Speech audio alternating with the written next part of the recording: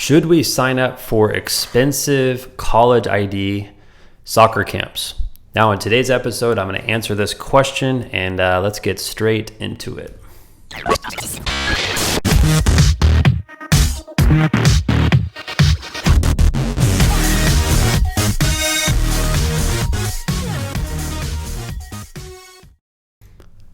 All right, now what I want to do here is, this video is not scripted. None of my videos are scripted, but what I want to do here is I just want to give you my raw take on college ID camps and clinics that are run nationwide for high school players.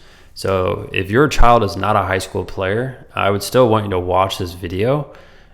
Because if they're in middle school or elementary and they want to eventually play in college, please pay close attention. And if you have a child who's already in high school and you've either have gone to some of these ID camps or you're thinking about going, watch to the end. I promise you this will help you a lot, and this will probably save you thousands of dollars. All right. Now, I want to give you a disclaimer here, and I'm going to first talk about myself when I was younger. Some of the camps I went to that were just awesome and some that were terrible, but I'm going to show you a terrible, I would say terrible story about what happened to me when I was in 8th grade. When I was in 8th grade, I knew that I wanted to play in college, and I started getting these letters from different colleges asking me to come to college ID camps. And this is very common.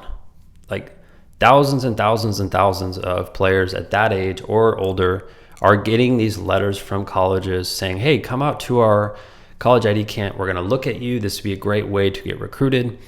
And this was at a pretty big D1 school that sent me this. And I was really excited to go. And I was, I believe, in 8th grade, trained really, really hard. I was under the impression before I got there that I was going to be playing with like freshmen, sophomores, juniors, and seniors. Like the players that were actually looking to go to that college, I thought I was going to be paired with them. First day I get there, they put me with 5th graders, 6th graders, and 7th graders. I was the oldest player in my group. I was the only 8th grader. So I was playing with all these little kids, and it was a huge waste of time and money. All right. That's something I couldn't get back then. All right. And unfortunately, I had to learn the hard way. And what I realized after that was something that I want to share here, which is if you're a parent and you're going to sign your son or daughter up for one of these camps, the first thing that you need to do is you need to call the college coach. All right. Make sure this is not something that is a waste. Make sure that it's actually for X amount of kids, because a lot of times these college coaches will say, hey, there's only going to be 50 kids there, and then you guys show up and there's 500. All right.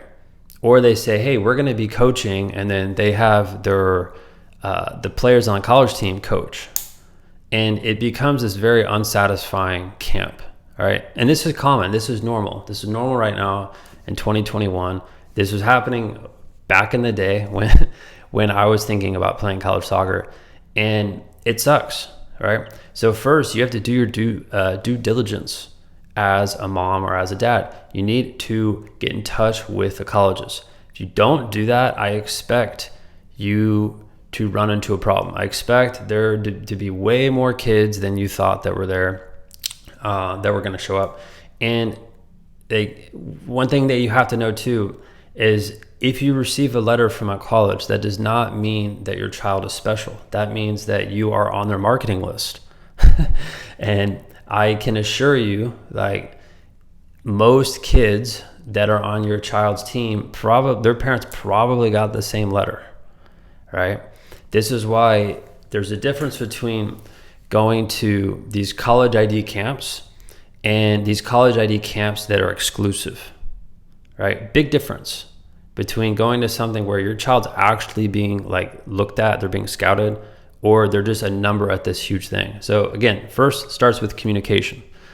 Second, it starts with investigating, all right?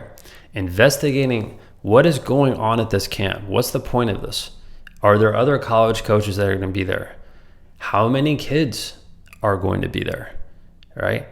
Does the college coach even know who I am, or did they just send me this letter? So doing some research before you decide to buy the plane ticket or purchase the camp is what most people don't do.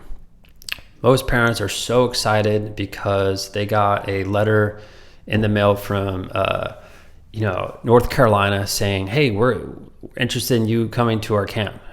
That does not mean anything other than you just got the same letter that thousands and thousands of other people got, right?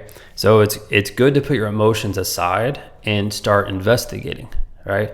When those things happen, then it's way easier to buy those college ID camps with confidence because you know what you're getting yourself into. And I've seen at this point, seriously, thousands of parents have reached out to me over the past couple of years saying, hey, like we signed up for this thing, it didn't deliver, like how can we do a better job? Well, I'm telling you in this video exactly how to do it, all right? Got to know what's going on before you sign up for these things, all right? So if you have questions for me about any of this, all right, any recruiting questions, feel free to reach out to me, all right? This is, for me, I have a lot of experience talking to parents about recruiting, talking with players about recruiting. I've been doing some counseling in the past with players who need help, all right? So if you are a parent watching this and you want to connect with me, simply just message me here, all right? Send me a text at that number. I'm more than happy to set up a quick chat with you on Zoom. And if you're brand new to our channel, make sure to hit that subscribe button. Share this video with another parent that you think can benefit from this video. So that's it. I'll catch you later. See ya.